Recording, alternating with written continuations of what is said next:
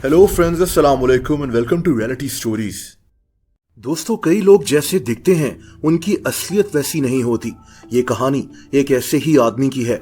आज से 30 साल पहले इंडिया के शहर चेन्नई में एक आदमी रहता था। इसका नाम गौरी शंकर था। पेशे से ये आदमी एक रिक्शा ड्राइवर था। रिक्शा चलाने वाले लोग बहुत मेहनत से, बहुत ईमानदारी से अपना रिस्क कमाते हैं, लेकिन गौरी शंकर इन सब से मुख्तलिफ था। इस कहानी ने दुनिया को हैरान कर दिया था। दोस्तों, इंडिया में एक शहर है विलोर। गौरी इसी शहर के पास 1954 में पैदा हुआ था।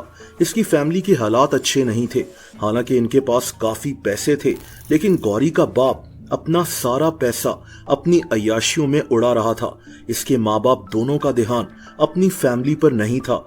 गौरी का बचपन इसी ट्रॉमा में गुजर गया और तभी गौरी जब कॉलेज में पहुंचा तो इसको नौकरी भी शुरू करनी पड़ी। इसके हालात बहुत खराब हो चुके थे। दोस्तों, गौरी अब पैसे कमाना चाहता था और तभी गौरी इंडिया के शहर चेन्नई चला गया, जिसको उन दिनों मद्रास कहा जाता था। ये 1974 का साल था। 20 साल के गौरी के जहन में कई ख्वाब थे। ये एक अच्छी जिंदगी गुजारना चाहता था। गौरी को पेंटिंग करना आती थी और तभी ये पेंटिंग बनाकर बेचना शुरू हो गया। ये तमिल फिल्म्स के सेट्स पर भी काम करता था। सब ठीक ठाक चल रहा था। गौरी का गुजारा अच्छा हो रहा था, लेकिन अब इसकी जिंदगी तब्दील होने वाली थी। 1974 के एंड में गौरी के हालात फिर से खराब हो गए। तमिल फिल्म्स में भी इसकी नौकरी चली गई। इसकी पेंटिंग्स भी नहीं बिकती थी। गौरी ने शादी भी कर ली थी और अब इसको अपना घर चलाने की फिक्र हो रही थी। दोस्तों, एक दिन गौरी एक दुकान पर गया। ये इसी दुकान से अक्सर सौदा लिया करता था। इसने इस दुकानदार से चावल लिए, लेकिन गौरी के पास पैसे नहीं थे। इसने दुकानदार को उधार देने को कहा, लेकिन ये दुकानदार नहीं माना। गौरी इसी बात पर गुस्से में आ गया और इन दोनों की दुकान के बाहर लड़ाई हो गई। गौरी ने इस दुकानदार को काफी मारा पीटा। इसने इसकी दुकान में काफी तोड़ फोड़ भी की। ये दुकानदार गौरी से इतना डर गया था कि इसने पुलिस में कंप्लेंट भी दर्ज नहीं करवाई और यहीं से गौरी जुर्म की दुनिया में दाखिल हो गया। एक ऐसी दुनिया जिसका अंजाम बुरा ही होता है, चाहे इस दुनिया में या फिर मौत के बाद।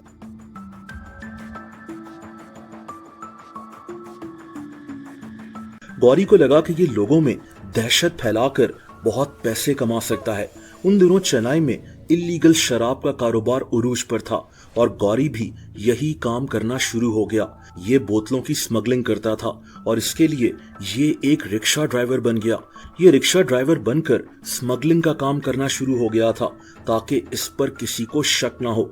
कुछ ही महीनों में गौरी जुर्म की दुनिया में बहुत आगे बढ़ गया था।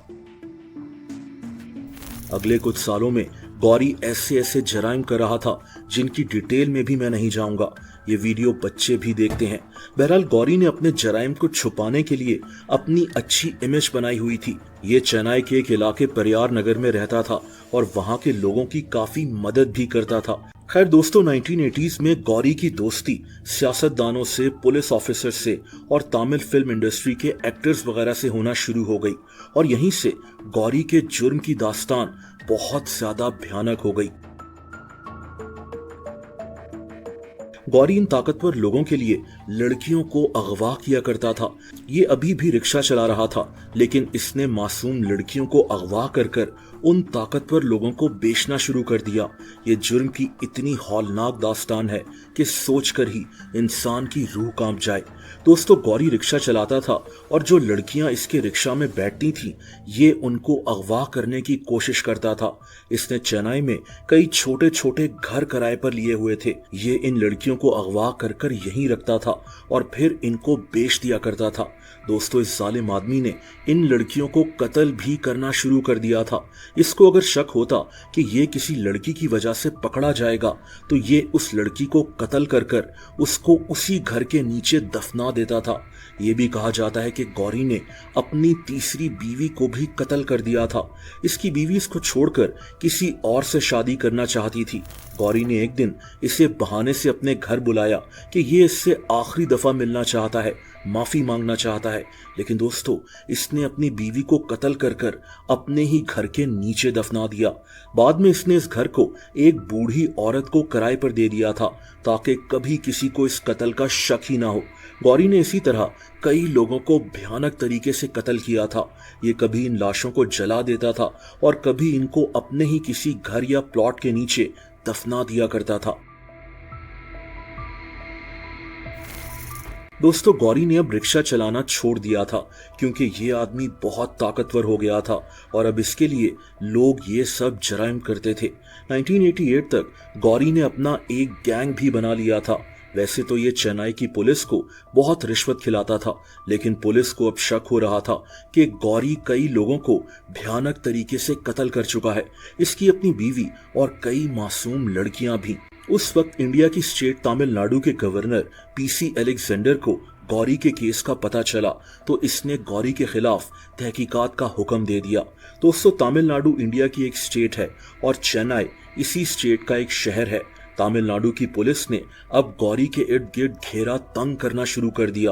पुलिस ने इसके गैंग के लोगों को पकड़ा, इसके इल्लीगल कारोबार बंद किए और इसी दौरान गौरी के घर के नीचे से इसकी बीवी की लाश भी बरामद हो गई, वही घर जो इसने किराए पर दे दिया था। चेन्नई में यह केस काफी मशहूर हो गया था। पुलिस ने बहुत जल्द गौरी को अरेस्ट कर लिया और इसी दौरान गौरी के 2 और घरों के नीचे से भी 3 लोगों की लाशें निकल आईं। इनको भी गौरी ने मारकर दफना दिया था। लेकिन दोस्तों, ये कहानी अभी खत्म नहीं हुई। 1990 में कैद के दौरान एक दफा गौरी जेल तोड़कर भी भाग गया था, लेकिन बहुत जल्द इसको फिर से गिरफ्तार कर लिया गया और यही गौरी का एंड था। अगले 7 साल तक इस पर अदालत में कई केसेस चलते रहे। इसके जेल में भी कई इंटरव्यूज लिए गए। गौरी से बात कर कर लगता ही नहीं था कि इस आदमी ने इतने भयानक जुर्म किए हैं। इसको लोग ऑटो शंकर कहकर बुलाते थे। इंडिया में रिक्शा को ऑटो कहा जाता है क्योंकि गौरी रिक्शा चलाकर जराइम करता था, इसीलिए इसका नाम ऑटो शंकर मशहूर हो गया था। बहरहाल दोस्तों, 1991 में अदालत ने गौरी और इसके 2 साथियों को सजाए मौत सुना दी थी और 4 साल बाद 1995 में गौरी को फांसी दे दी गई थी।